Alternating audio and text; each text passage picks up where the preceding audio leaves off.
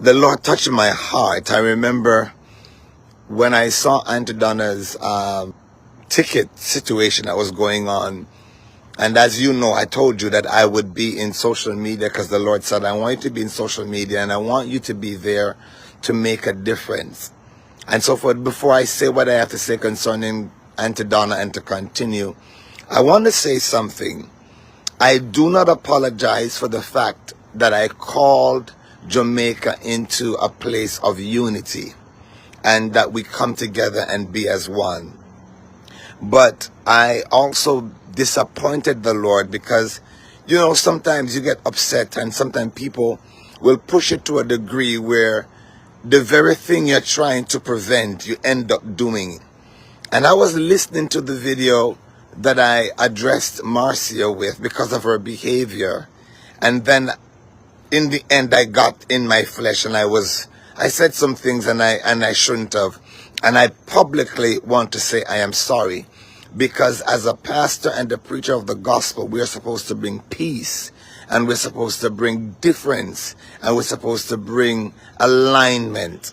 And although other people thought it was fun and great and that she got her match or whatever they want to say, whether or not she agrees or want to accept it, I really couldn't care less what she has to say at this point. But my soul, my assignment, my job, my responsibility as a pastor, a leader, a prophet, one who is trying to bring peace to our country, must not incite or cause any other injustice or more war, if you know what I mean.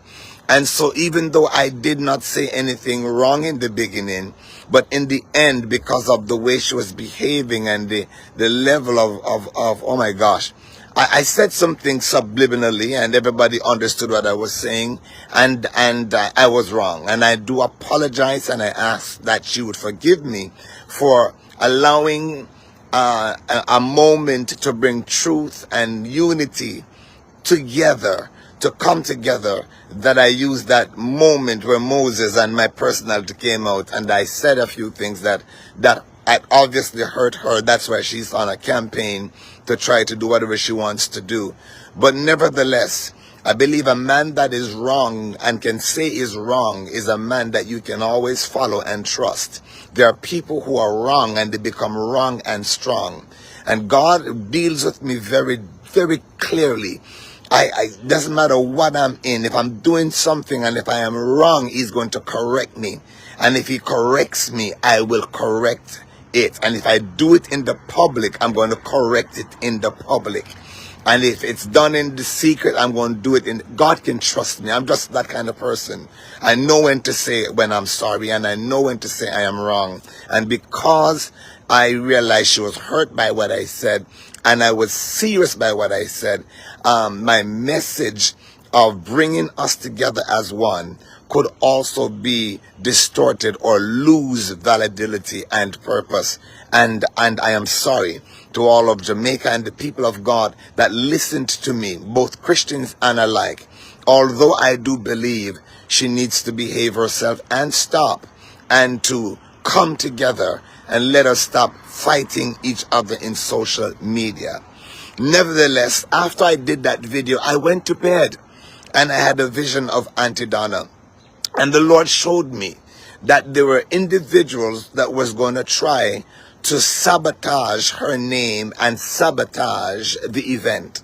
I don't know her. I've never spoken to her. The only person I speak to close to her staff is Auntie Paula.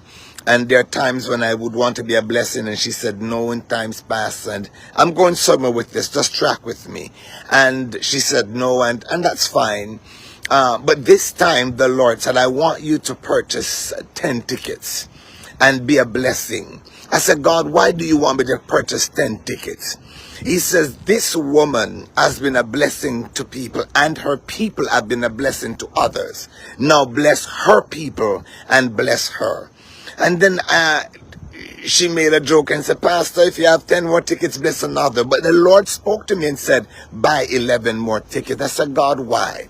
He says, I am going to do something with Auntie Donna that is going to shake the nation. She thinks it's just about being successful and just being who she is. She's an amazing woman. But God is going to use Auntie Donna to win souls. And God is going to grab a hold of Auntie Donna like never before. Her move from Jamaica to America is not normal. God is going to open doors for her and it's going to blow her mind. I saw her building a 7-bedroom house with a 5-door garage, and it was an amazing community. And I saw the Lord opening doors. She's going to meet 2 white persons. Remember this prophecy. 2 white persons who are millionaires. Others are going to be telling them about her and her success. If you think Auntie Donna's story is anything yet, you haven't seen anything yet. America and the world is going to witness this prophecy come to pass. You will end up in Europe. You will end up in England. You will end up in Scotland Yard. You are going to be amongst some of the elite of the elites. And God is going to give you favor with men. And God began to show that. And so I've been praying. And so that's the reason why I sow. I sow the seeds not for popularity. So for some of you who don't get it, only those who know me as Prophet Sean Mackenzie Miller knows me and understands that when I do something and when I say something, God is in it. When the Lord said, get on social media and get involved and begin to win souls. So because I'm new to it, so I might look rough, but I'm getting better. And so please see with me. But I am after Auntie Donna. I'm after her covering. I'm after her children. I'm after the blessings that God has for her. And nothing by any means shall harm her. I don't care what her past was. I don't care what people have to say. The Lord tell me, say, I have called her my servant, and I am going to use her to do great things. So even she don't even understand the depth of what God is getting ready to do in her life. I was traveling yesterday and I've been in prayer, and I told you that when I'm traveling and I'm in prayer and in fasting, and I sat down, then when the Lord began to show me some visions about what he's going to do in Auntie Donna's life. And the Lord said to me, you need to apologize to Marcia for how you responded. Not for the message you gave, because Jamaica need to behave themselves, but for allowing your personality to get involved and causing the message to have a twist. The people needs to hear the voice. Let us come together as one. In unity. Let us stop fighting. Let us stop fussing. We can do it together as a people. The Lord said to me, Prophet Miller, I'm going to put you to the test. This was the vehicle that I got for my birthday. I don't know if everybody can see it. I don't know if everybody can see it. This is my Range Rover that I got. In fact, I have 2. And it's beautiful. I got it last year for my birthday. Church bought it for me. And I got up yesterday, and the Lord was dealing with me. And the Lord said to me, I want to know, are you attached to things or are you attached to me?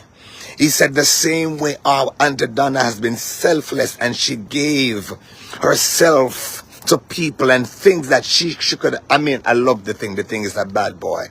And the Lord says, man of God, I want you to give away this $97,000 vehicle, Range Rover. And when the Lord told me that yesterday, I was sitting in the back of the car and I was weeping because I know the Lord was on me. And I said yes. I called the individual the name that the Lord gave me to give it to. And I said to them, this is a gift from me to you. And God said to bless you with this Range Rover.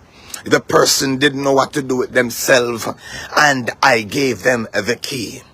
The other Range Rover that I had, the Lord said, I want you to bless it and give it away.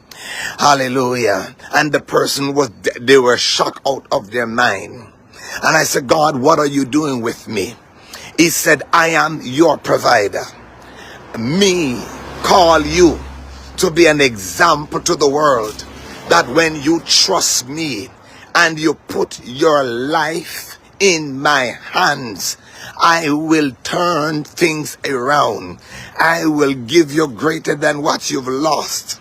The reason why God has blessed Auntie Donna the way he has, the woman stayed in the, you guys call it the ghetto and the gully side, but she built bigger houses and better houses than the one she was living in, and blessed others. And the Lord said, this morning I want you to talk to the body of Christ, and talk to especially our Jamaican people. I give the key away to the young man, the truck, and the other one to the young woman, the truck. In total, I had 2 vehicles that was worth almost $300,000. And God says, servant, give it away. I said, God, what are you doing? He said, I want to check you, because the anointing that I'm getting ready to place upon you, if you will substitute it for money, for fame, if you will give up popularity, if you give up stardom, that's why I tell some of you, I'm not on here for popularity, I'm not on here for clout, I'm not on here for Auntie Donna to big me up and to set me up. No, I am set up by God, I'm established by him, and I obey him and him alone. And so when I got on social media, God said, I want you to be an example. You all know a couple years ago I went through a brokenness and hurt, and of course you heard Marcia start mentioning some things about me being hurt and broken, and went through some things. And when you love, you love, and when you hurt, you hurt. And when people can use the thing that hurt you and that you love the most to try to discredit you and to tear you down, it's horrible. But I thank God for healing. This morning I got up, and the Lord said, son, I call you. Son, I make you. When they found you in the garbage box, nobody knew that you would have been a prophet. Nobody knew that you would have been a servant of the Lord. And I called you for such a time as this. And so guess what? Continue to trust me. The Lord said, if I tell you give away the house, give it away. I remember I was in Florida, and we bought our first mega ministry. We were just in the auditorium of a Catholic church, and there was only 6 of us, and we kept on having church. And the mayor owned that property and owned the property beside it. It was also a daycare. Let me show you how God blessed God's people. And I was there, and I kept on having church with just the 6 people. I want to help somebody this morning. And we couldn't even pay the little $400 the man was charging us for $100 a month. Just 6 of us. And it was years ago. And I was there, and one day the Lord said, I want you to anoint some socks, and I want everybody to listen to me, because I'm going to give you some instruction on tomorrow night. I want everybody who is listening to me, get yourself a pair of white socks. We're going to walk into something that's going to blow your mind. No, I'm walking as the prophet. I'm moving like the prophet. When God do something new with me, I know it. I feel it, and I feel the shift. And so we were there. And one day I was walking, and I said, but this place has 2 auditoriums. It has a daycare center. It has a school, and nobody's using it, and it's there. And I said, God, man, I wish I could have a church like this. And the Lord said, take these 6 people and yourself and put on some socks and anoint it. I said, God, and do what? He said, wait until it's 12 noon. And he said, walk around the building. And I began to walk around the building. When I was walking around the building. Guess who showed up? The mayor, the man who owned the building. And he said, yeah, that time he says, Evangelist Miller, what are you doing? I said, we are praying for your building.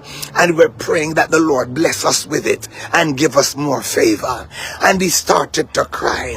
The man said, would you come to my office this afternoon? This is the mayor. He owns the building. He's a millionaire. You hear me? In Florida. And when I got to his office, he said, when I saw you and the people marching around the building, the place you've been having service for almost 6 months, and I've been faithful to you. And he says, when I saw your faith, he says, according to the government and according to my taxes, I can't give you the building, but I would have to charge you. I said, well, how much would you charge me? Listen, church. He said, if you give me $1. Can somebody help me praise him? I feel an anointing on me this morning to help somebody to get their breakthrough. The building was worth $6.8 million at that time. And he said, if you give me $1, since I was so poor, I didn't have $1 in my pocket. I called the man that used to drive me with his old jalopy car and said, lend me $1.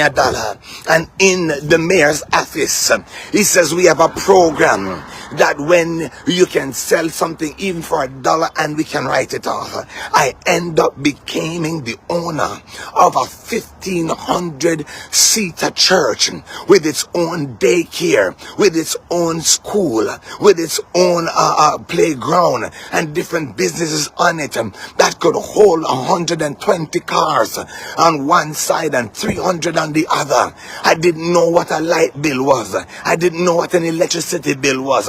He said, I will pay it for you as long as you keep me a promise that you'll keep this building as a church building. And I looked at him and I cried and I said, yes, sir. By the time I was finished, his cousin came, who is a real estate in Broward County in Florida. And there's a place called Olympia. If you look it up in Florida, off Wellington Avenue, the mayor there who had a house there, that house alone went by now, when we at that time when we appraised it, it was about 7 million and something. All upgrades, you name it. And some things was going on and I needed somewhere to stay. And he said, you can, stay there until you settle yourself. And my God, me in this big old house, I can't go through the whole story because I have so much to talk about this afternoon.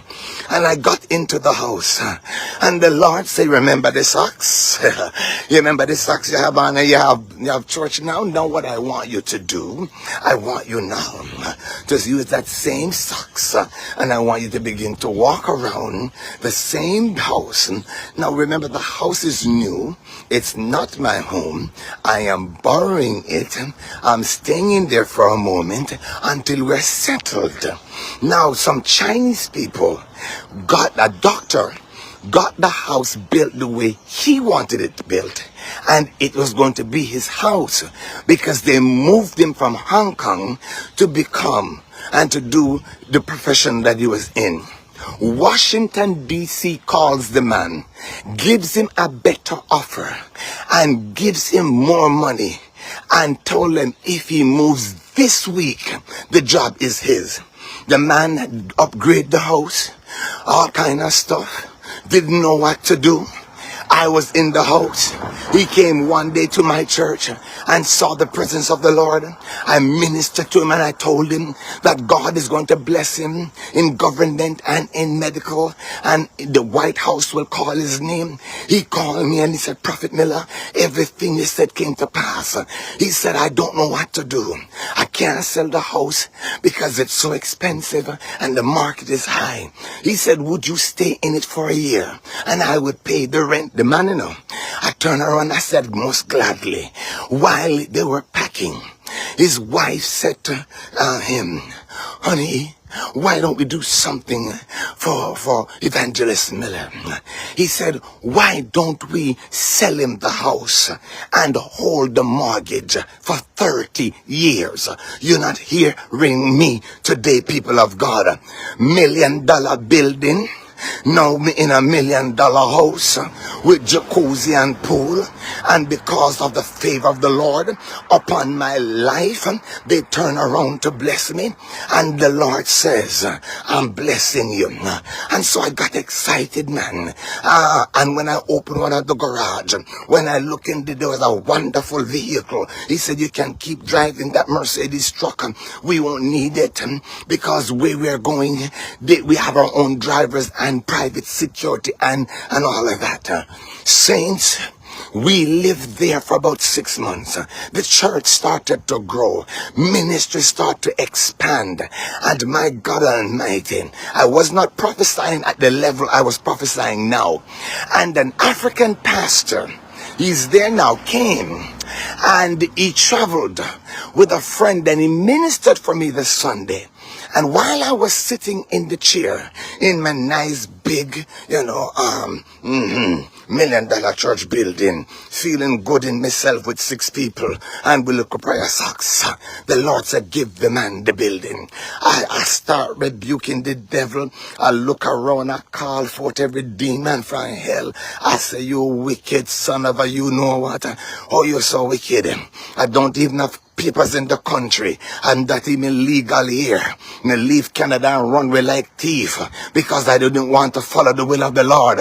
And now God give me house and car, land and church, and I'm getting ready to be the next big TD Jakes. And you want me to give house to this African man? We have 6 children. We can't even eat properly with fork and knife, and you want me to give it to them? And God said, give it.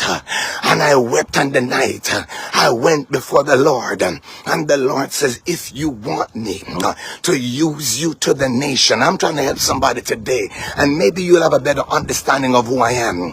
And the Lord said, if you want me to use you in signs and wonders, to take you from levels to levels, you will, if you can trust me, I will bless you.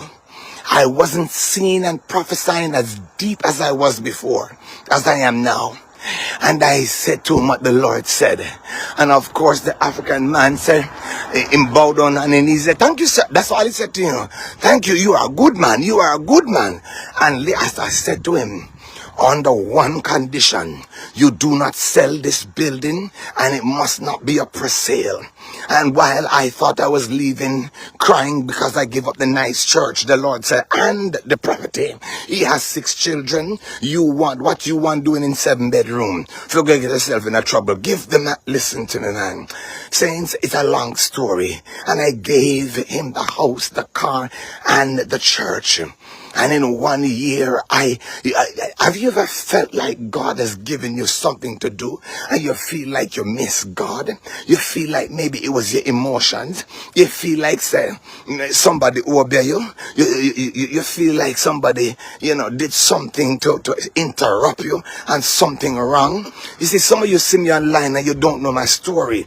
And you judge me, you run up and down and you run up on me, and some of you call me some things. And you don't even know that the Lord is only the mercies of the Lord that's keeping you. Because when God had his hand upon his servants, be careful. We're strange.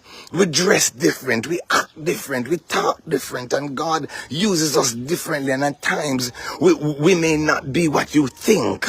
My God Almighty. And some mouth is my problem. But I obeyed God. Saints, the Lord did not give me back a mansion, and he did not give me back a big church.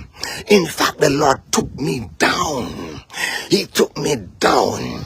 I started a ministry again in Florida. And in Florida, all kind of madness start. Woman problem, man problem, church problem, usher prop, all kind of something, run like a thief in the night. People got hurt, got broken, and I started learning the integrity of church.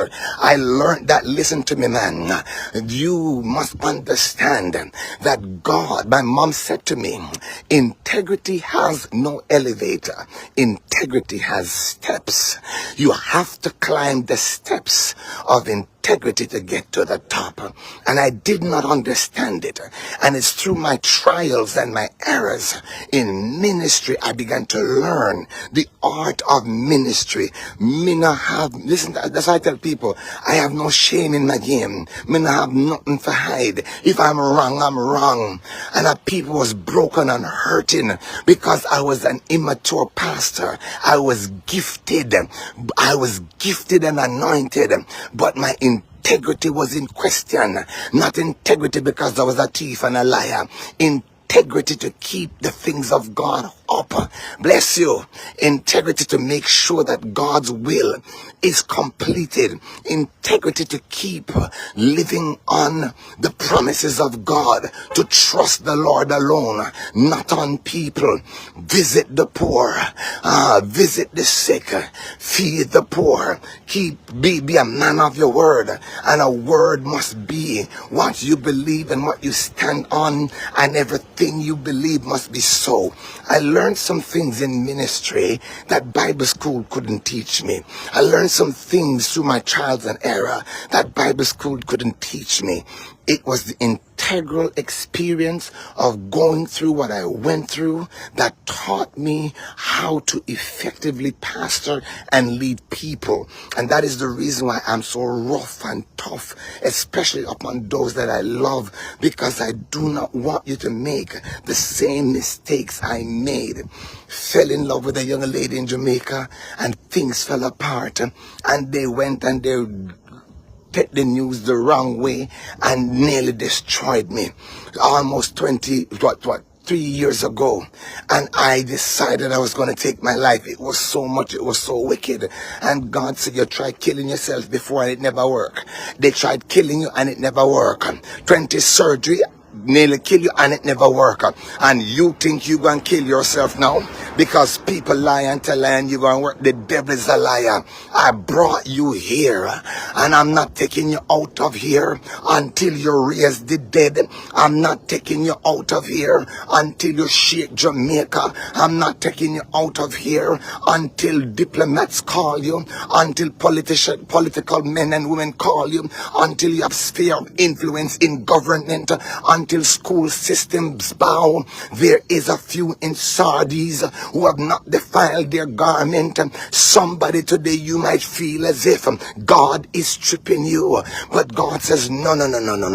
It's not a stripping, I'm preparing. And the things you love the most, I'm taking them from around you to see if you love it more than you love me.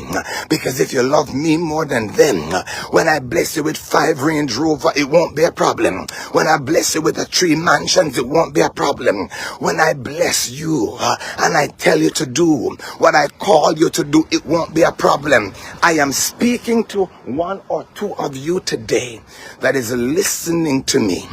You need to hear this message.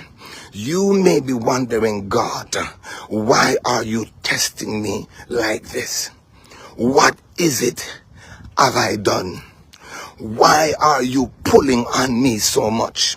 Why are you taking so much from me? I have cried enough. They have embarrassed me enough. They have lied on me enough. And God, what more do you want? But here, this solid prophet, I come to tell you, when I listen and I've been studying and I heard the story of Auntie Donna and I look at where she is now, it is because when she had nothing, she still gave. When she couldn't find dumpling and meat in her plate, as long as her children had something to eat, she had no problem going to her bed on her belly empty. And somebody said, well, why her story? And that's the problem with you, Jamaica. Jamaicans.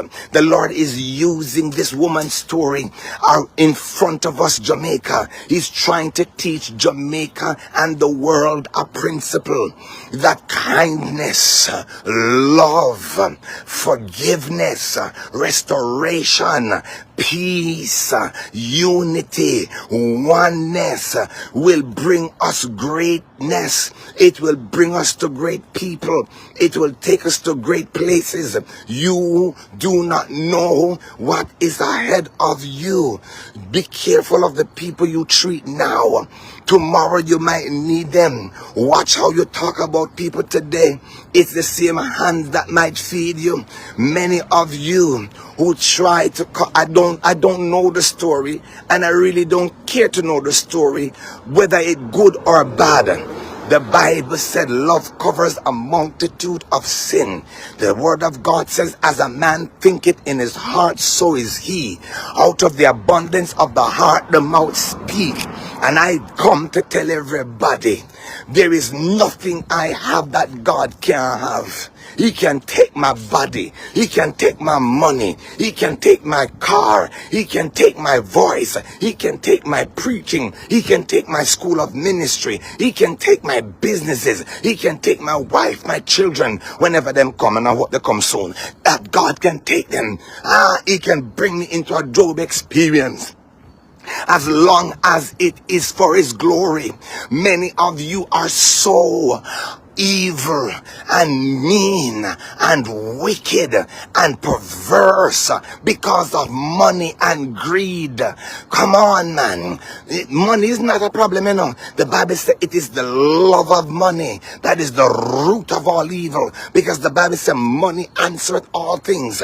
I don't know what God going to do, but him take the 2 Range Rovers and to give them away. So now I believe he's up to something greater.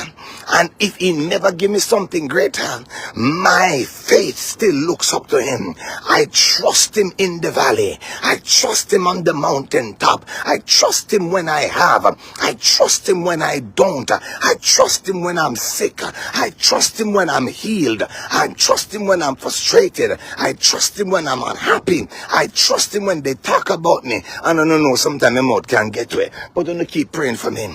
Hallelujah. And I also want to say to I think it's Ed Teacher K. She was viewing my video and she said something that encouraged me, and she corrected me. She said, Pastor, preach the gospel. Stay out of the foolishness. Don't let them draw you out. You're called to be a different. And I was convicted, and I said to her, I receive your rebuke and your correction. Because, let's be honest, man. And some of you don't want to be truthful. Some of you feel like, because we're pastors, we must get beat up and we must get mistreated, and people must talk about us and do what they want to do to us and get away with it. It's not going to happen. However, we are the light of the world.